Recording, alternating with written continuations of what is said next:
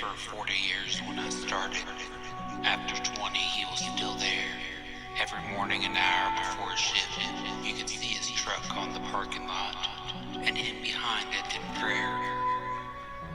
After about 30 minutes, you could see him coming up the stairs. Every day at lunch, he'd eat a sandwich, then he would go on his knees and pray. O'Dan was always quick to help or lend a hand. He was always willing to stay over or come in early if it meant you could make that recital or ball game. One morning as I went to leave, I couldn't help but to notice that old Dan's truck wasn't there. That was mighty odd, I thought. In all those years I've been there, old Dan hadn't missed a day. As I drove down the road, I couldn't help to feel a little sorry for Dan.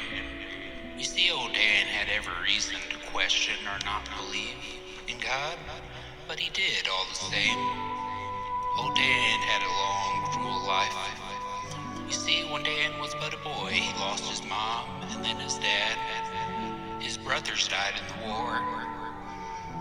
He lost his wife and both kids in a wreck. But old Dan kept on believing and going along. As I neared the tracks on the road, I saw a squad car, ambulance, fire truck, and a tow truck and a school bus. And there also was old Dan's pickup truck. I smiled and I pulled over to the side.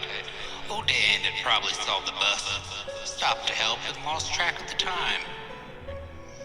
I was all but ready to give him a hard time when I noticed a hand on the side of the gurney.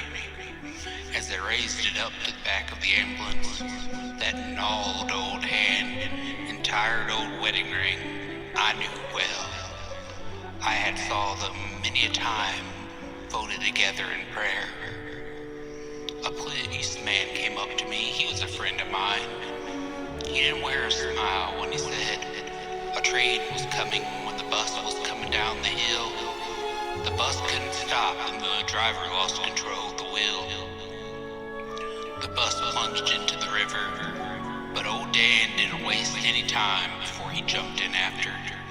He got every kid safely out of the bus and even went back for old Mary, the bus driver.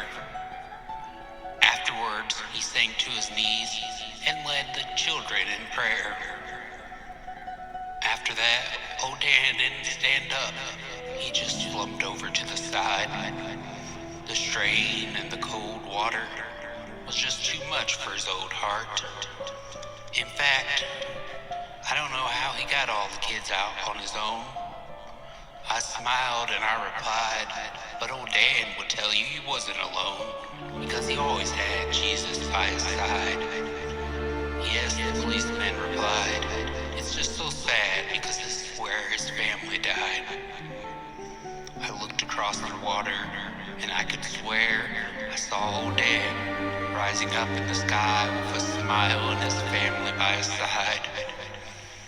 That Sunday, for the first time, I went to church.